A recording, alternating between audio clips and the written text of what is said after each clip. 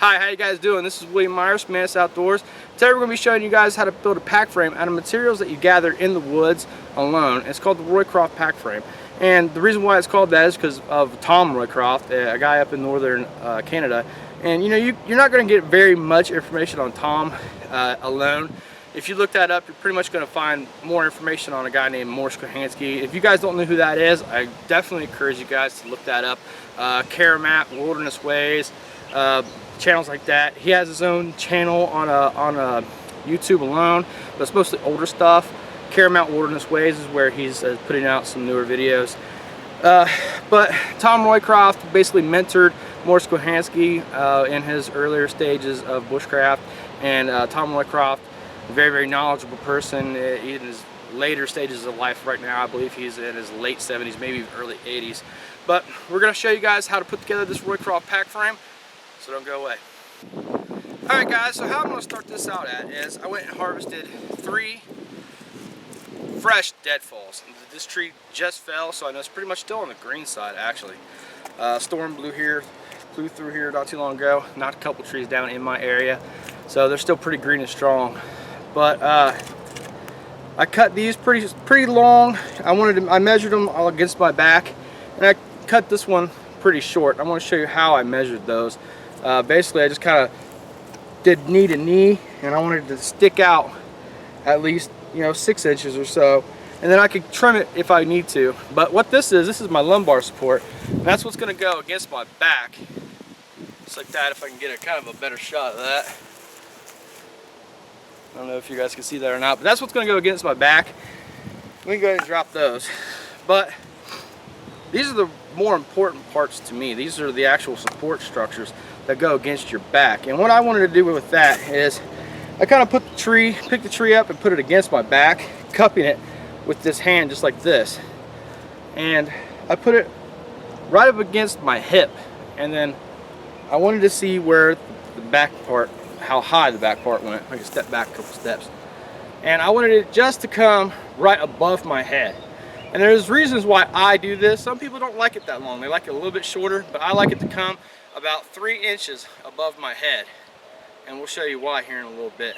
But just make sure that I have plenty of space. I'm not gonna, you know, I can cut this thing too long and trim it. It's pretty hard to add to it. So let's get started. All right, so what we're gonna start out doing is we're going to actually just make flat edges on each part that's going to make contact, right? Basically making a triangle. So each end I'm going to kind of make a flat section of it just on one side, and I'm going to do that with my axe.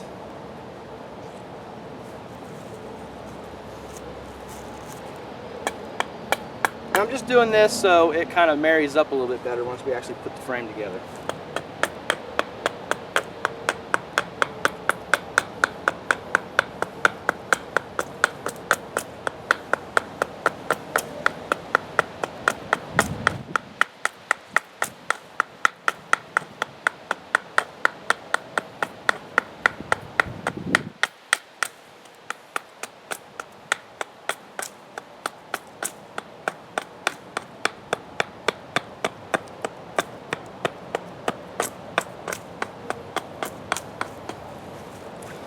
Alright, so that's what I'm looking for right there. Just getting that kind of flattened out. And then I'll do that with the other side of the other stick. And then it just kind of sits together better. That means I don't have to make any, you know, special notches or anything like that. But I'm going to get finished. Put the camera up here. I'm going to do that to all of the sides of the triangle, and then I'll get back with you.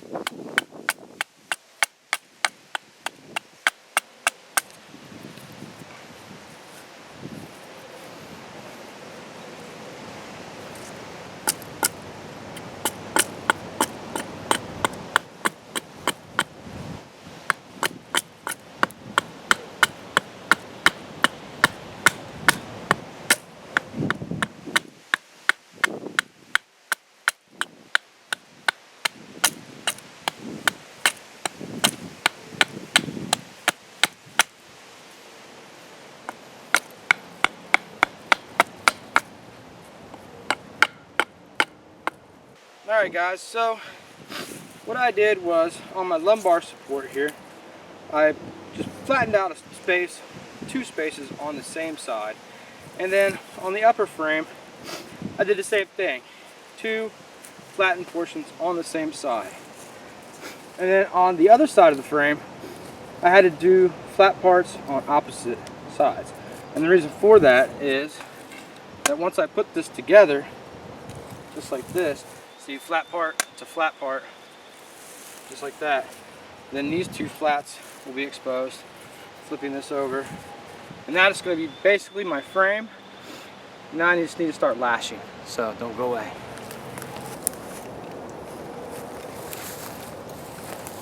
Whew. Guys, it's probably pretty hard for you to tell on camera, but about 95 degrees out here today, so I'm not going very far from water, that's for sure. Keep it hydrated when you, especially when you're doing heavy work like sawing, chopping, things like that. It's really, really important.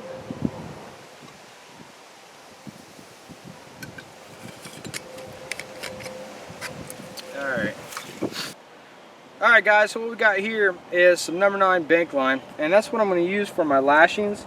And then we have paracord that we're going to use to actually lash the frame, you know, my bedroll is what's going on here. Well, that's what we're going to actually lash the bedroll to the pack frame with. And what we're going to do is we're going to make loops, like prusik loops. Well, I use them for prusik loops for my tarps, and for just regular loops that I put in lark's heads in the grommets of my tarps as well. I got them sitting kind of off camera over here.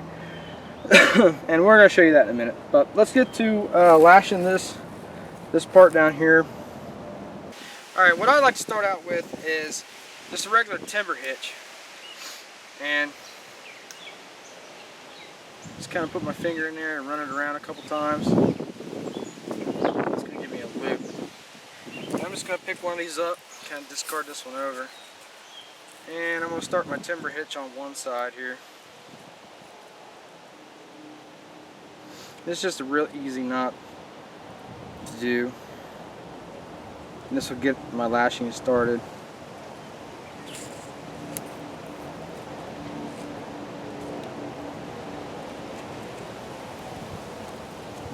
Oh, timber hitch slips a little bit. That's alright, we'll fix it. No big deal.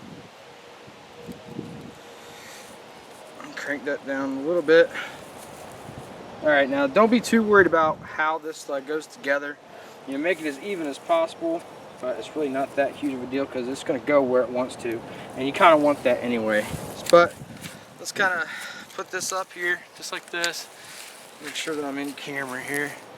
The sun is not cooperating with me. I can't see the screen very well.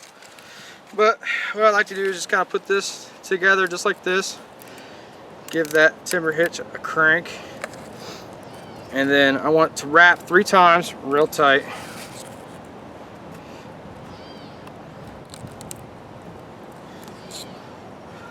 Uh-oh. Get that together back up there. My lashings will stay relatively neat and straight.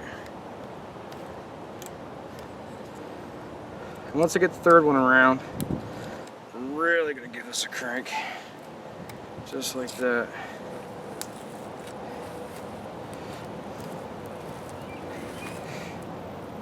Just like that. Okay. I'm going to kind of go through the middle here.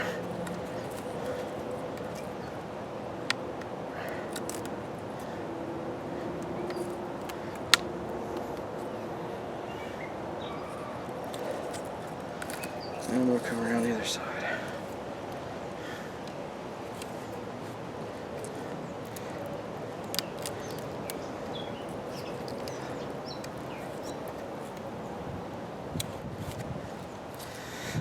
Alright, now to do frappings.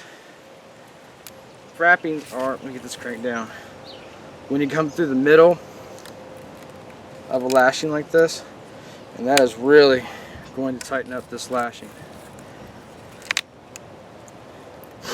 Oh, that knot kind of got in the way. Oh well, that's no big deal. I'm not going to let it mess with me too much. Looks a lot better on that side.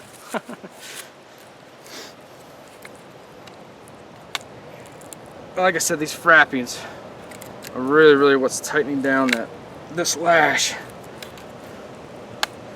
You know, and if this is too hard on your fingers, which is number 9, it's a pretty light bank line. It could cut you if you're not careful. Just go get a toggle stick to do your tightening. But no big deal. Just gonna put a little bit of a clove hitch in here. Right there.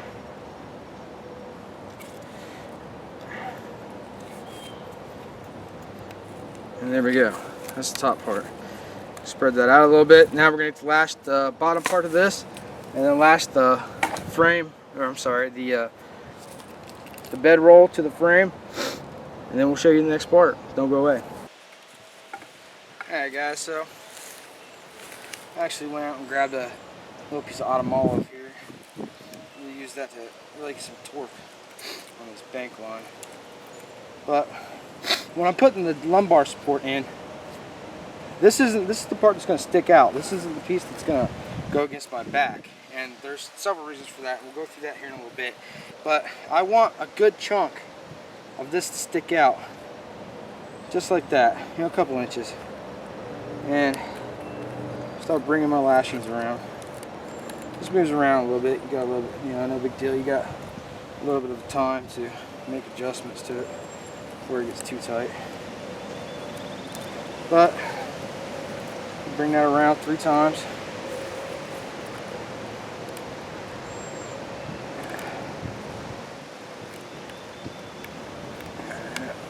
Get some real torque on that.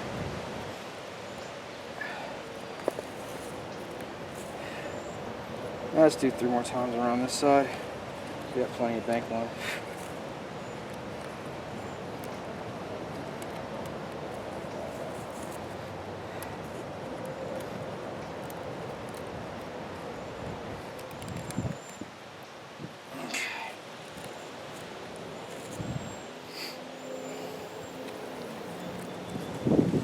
Now 3 times around the back end here.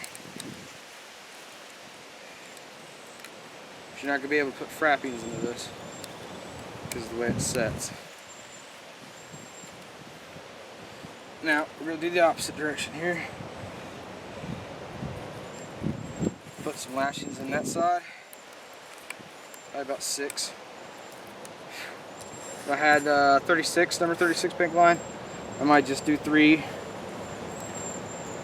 and call it. But this number 9 obviously isn't that. It's a little bit lighter. I think this is a 65-pound test.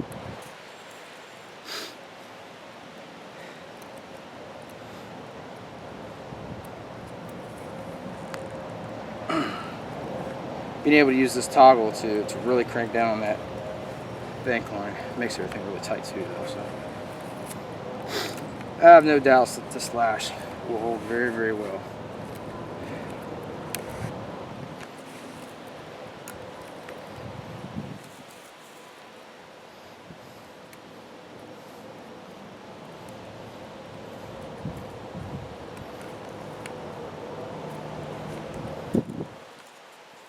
Alright, so just bring this to this side, put a little not half hitch, I'm sorry, clove hitch in it.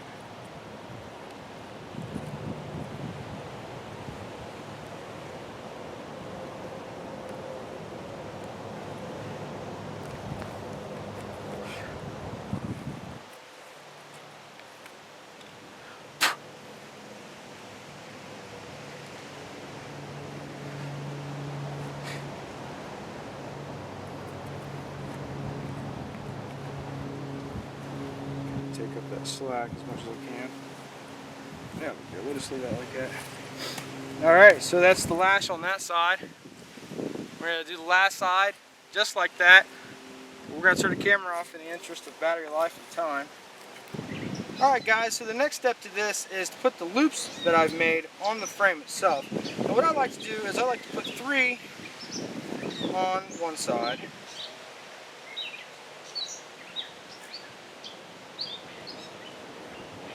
Like this, rather big ones because that's big over there. 2 on this side.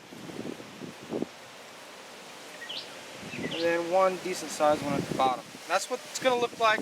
Just going to put it on there like a lark's head almost. It's not that hard to use this part. Actually, you know what? Let's leave the knots on the bottom there. Not a bunch of grass in there either.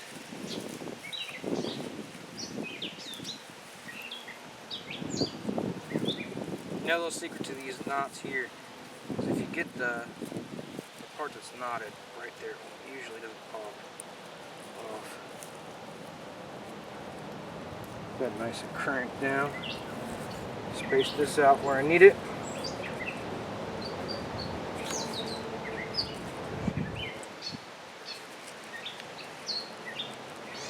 That's good enough. And this side.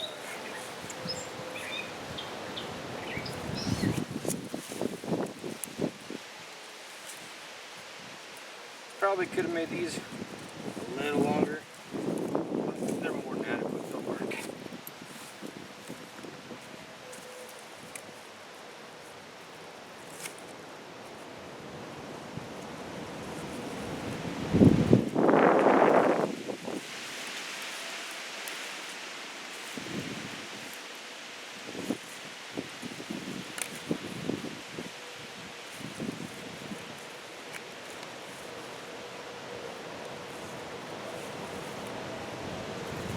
Make sure they're pointing on the outside because it helps. When you get a flash, it helps a lot. Little things like that help.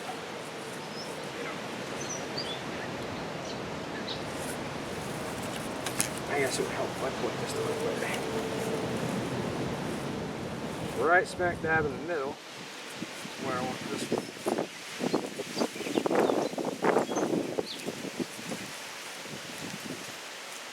And there we go. Like I said, kind of make sure these are pointed in the right direction, just because it kind of helps out a little bit when you're lashing.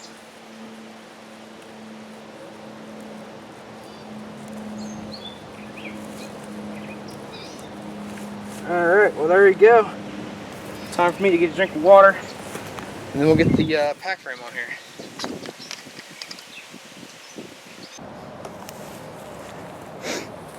Alright guys, so this is my bedroll kit right here, and you know, I absolutely love this kit. I'm going to do a review on these straps here pretty soon. They're really high quality straps. Reason why we're going to be using this pack frame here today is just to say, you know, what if these clamps broke? You know, what if my strap broke? You know, at that point I need an emergency way to carry this bedroll kit. So we can just go ahead and undo these. You know, these are heavy duty, but they're mechanical. You know, anything can happen. I really doubt that you could ever snap this leather though. But let's just say something did happen and that these bedroll straps aren't going to be working anymore. So we could leave it just like this. You know, we could strap it several different ways. I'm actually going to kind of open this up, put my haversack kit and everything in this blanket, and then strap it up that way so don't go away.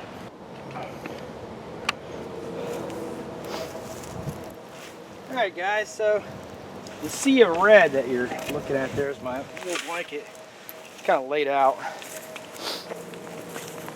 What we're going to do,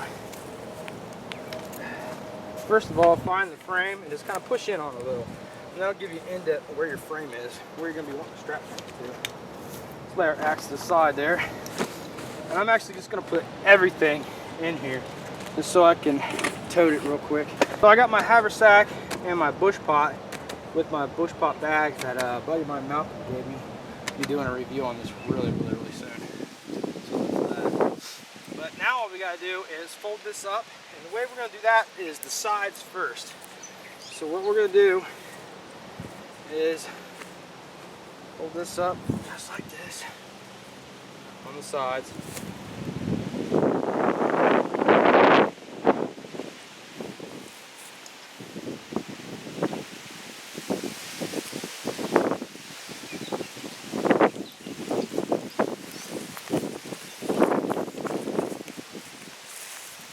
a question that I get a lot when I do bedroll, or, you know, any kind of frames like this is, why wouldn't I use like a waterproof tarp on the outside? And usually what I carry is grabber heat sheet tarps, and they're the reusable space blankets you see that have silver mylar on one side, and they're just kind of like a regular tarp on the other. And I use those because I can really pack them in pretty tight, and they don't take up a lot of room. They don't weigh very much at all, but they're really fragile. You know, and if I put a grabber heat sheet tarp on the outside of this, then when I'm walking through the bush and all the, you know, honey locust and black locust and the roses and raspberries and all that crap's gonna be tearing the heck out of that grabber heat sheet tarp. And by the time I set up my ridge line, my tarp's gonna look like Swiss cheese. But my blanket is water resistant. It takes a while before water's gonna start penetrating this bag, this blanket.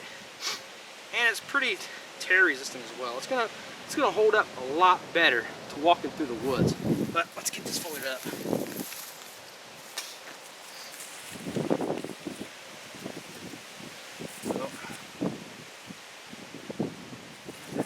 Fold right there.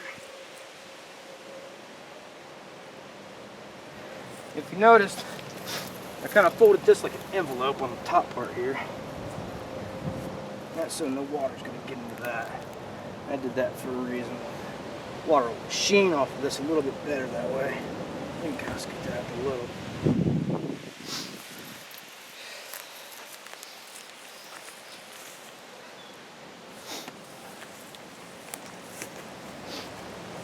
Alright, so now what I have is about 25 foot of line that I use for a ridge line. And that's what we're going to use to lash this up. I'm going to walk you through that real quick. And then I'll show you how to put straps on this thing, put it on your back.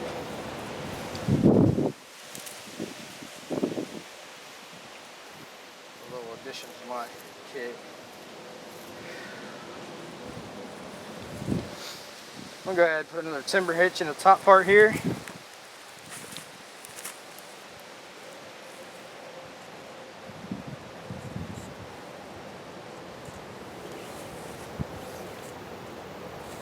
Oh, yeah, look. That didn't work out.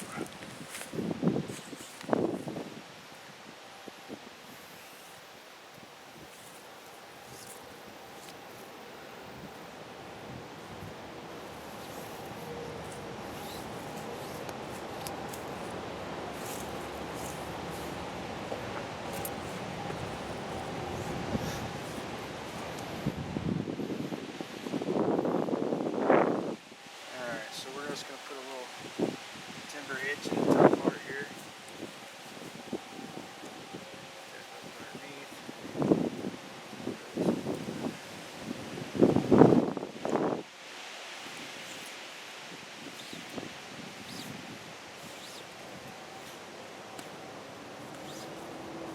You know, there's lots of different ways on the internet of how to do this. This is the way I do it. Through the bottom first.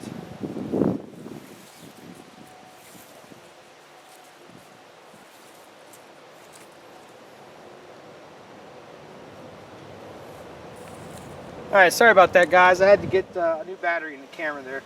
But once you got the bottom cinched up here, we're going to want to go to the very top of this side, the one that we put 3 loops in. And we're going to find that top loop.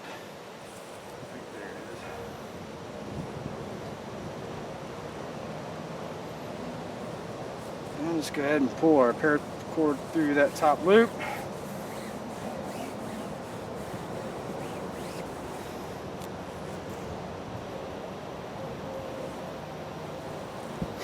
And now we're going to go to the very bottom of this side where we put 2 loops. And we're going to want to hook that side of that envelope there. We don't want that just kind of loose. You know, like I said, I could have just left this kind of in a bedroll configuration, but this is the more traditional way of doing it, so I wanted to show you this way first. Alright, so then we come over to the side that has 3 loops. We want the very, very bottom loop.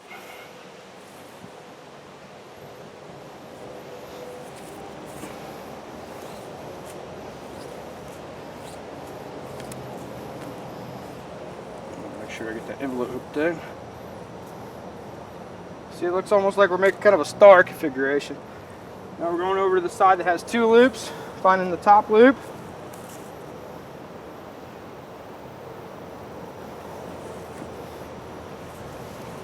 Have plenty of paracord here.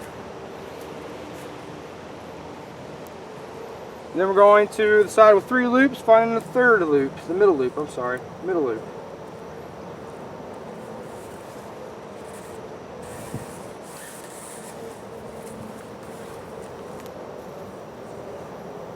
We have a ton of paracord left, but that's fine. I'll take care of it. So what I'm going to do is sort of like a trucker's hitch, is I'm going to tighten this up, find me a good area, and put a loop in it. Just like this. That's going to leave me plenty of torque there. Yep, gotta get it.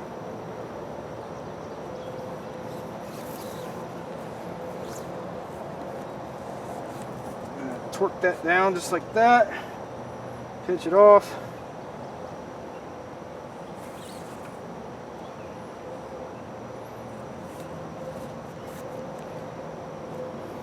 Just like that. And bring that loop down just a little bit, just like that. And then I'm going to put a security hitch on the other side of that. So I do not want this coming apart. Shouldn't, but I don't want to see it.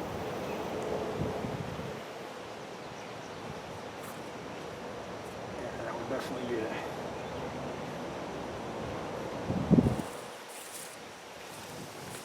that. Alright, pretty simply just coil this up here. I have a ton of paracord left over, which is a good thing. I'd rather have too much than not enough, I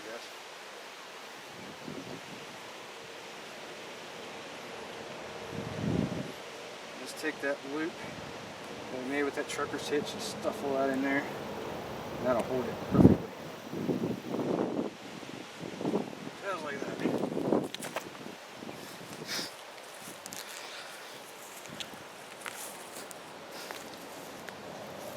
Alright. Take our axe. I'm going to interweave it into that. That's not going anywhere. Alright, so I'm going to show you a piece of gear that I've been adding into my kit lately. And it's because I went up to Michigan to visit a buddy of mine, Jamie Burley, and I mean it's dead of winter, and a lot of the wood hauling that we were doing was very, very big pieces of wood, and we're dealing with like hip deep, sometimes knee deep snow, and it just made it a lot easier to strap up the wood with some webbing. And this is just a ratchet strap that I cut. And you just double this up, put like a lark's head in it around the wood, and it makes it just a whole heck of a lot easier just to you know, double these up, put them around your back, carry really heavy loads just like that. We carry deer just like that, you know, down deer. But we're actually going to do our pack frame straps out of this stuff, so hang out. Alright guys, so these are going to be pretty long, but they're going to be a heck of a lot more comfortable than just doing this plate on paracord. But I'm going to double this up just right in half, and then I'm going to pick the top of this frame up, and I'm going to shove that right in. And then over the top, I'm going to put the extra, just like that.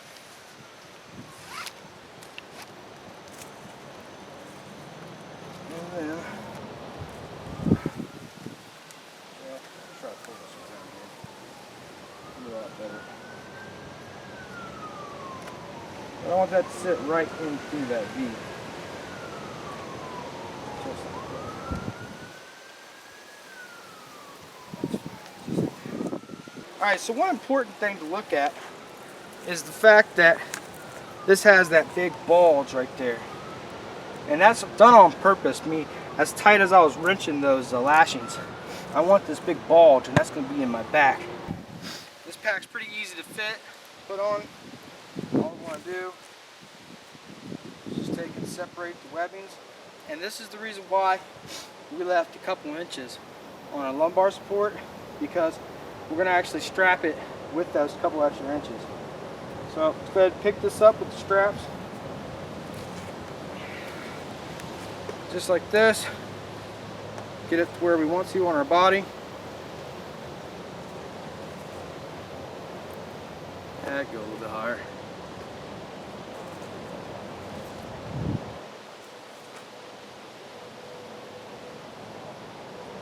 Wrap one end around those extra inches that we left in there. That's going to keep it from sliding down on you. Get the other one where we want it. And then all we have to do is kind of pull it a little. There. Alright, so from here, I have my pack frame on. I can adjust it from where I want it, just right about here, and that's about perfect. I make mine just a little bit bigger, and then all I have to do is just give it a knot here, and then I can adjust this later by putting a loop in it and getting it a little bit tighter. But there we go. There's the basic pack frame, Roycroft pack frame. Very, very comfortable. Rides just where I want it. I want it below my belt line. Below my belt line, right on my tailbone. That's where it's most comfortable for me. If it's higher, it feels like it pushes my pants down. If it's any lower than this, it feels like the pack's falling off. And this is a very, very comfortable pack. And I made it out of the materials that I found in the woods, and some things that I carry with me, like the nylon webbing. Alright guys, well, this has been William Myers, Mantis Outdoors. Just wanted to show you pretty quickly how to make your own pack frame, the Roycroft pack frame, in the woods in case something happened to your gear. Well, I hope you enjoyed the video. If you did, appreciate it if you click subscribe. Liking my video helps me out a lot. I appreciate all your views, comments, and support. Hopefully, we'll see you out in the woods.